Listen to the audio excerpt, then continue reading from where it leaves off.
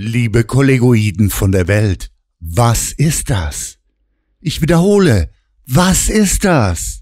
Mein Video über das neue persönliche Geschäftsmodell Profi-Klimakleber veröffentlichte ich vor mehr als 6 Wochen und damals war die Meldung bereits bei RTL erschienen und 2 oder 3 Tage alt.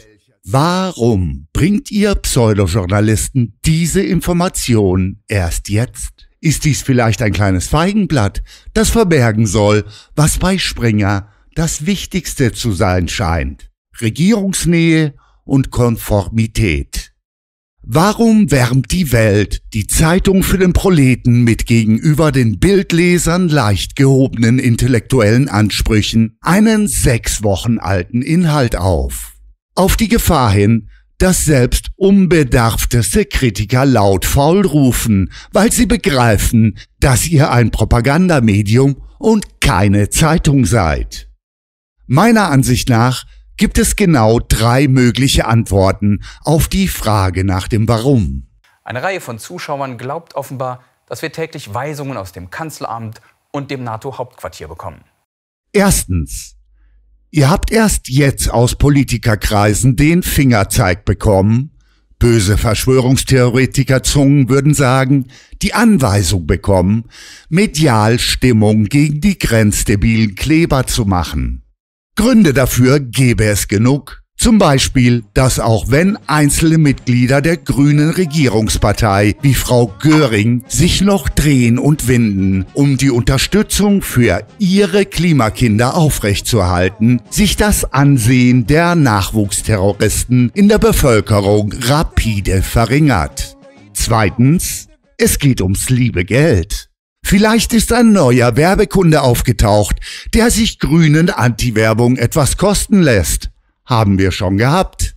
Wer wie die Welt Hunderttausende Euro aus Steuermitteln für derlei sinnlose Werbekampagnen der bunten Regierung kassiert, steht wohl kaum im Verdacht, regierungskritisch zu recherchieren und zu berichten. Oder was meint ihr? Schreibt es bitte in die Kommentare. Drittens. Ihr Journalistoiden seid tatsächlich die Schnarchnasen, als die ihr mir erscheint. Dummköpfe, Idioten und vor allem journalistische Dilettanten. Als Opfer der katastrophalen langjährigen Bildungspolitik wärt ihr mir für einen Augenblick lang beinahe sympathisch geworden. Aber nur beinahe, denn ihr seid keine Opfer, sondern Protagonisten. Wir wollen informieren, nicht missionieren. Wir sind Journalisten und keine Lügner. Denn hinter einem dermaßen großen, kapitalen journalistischen Bock steckt zweifelsohne etwas mehr als nur die geballte journalistische Unfähigkeit, eklatante Bildungsferne und die mangelnde Intelligenz der Redakteure.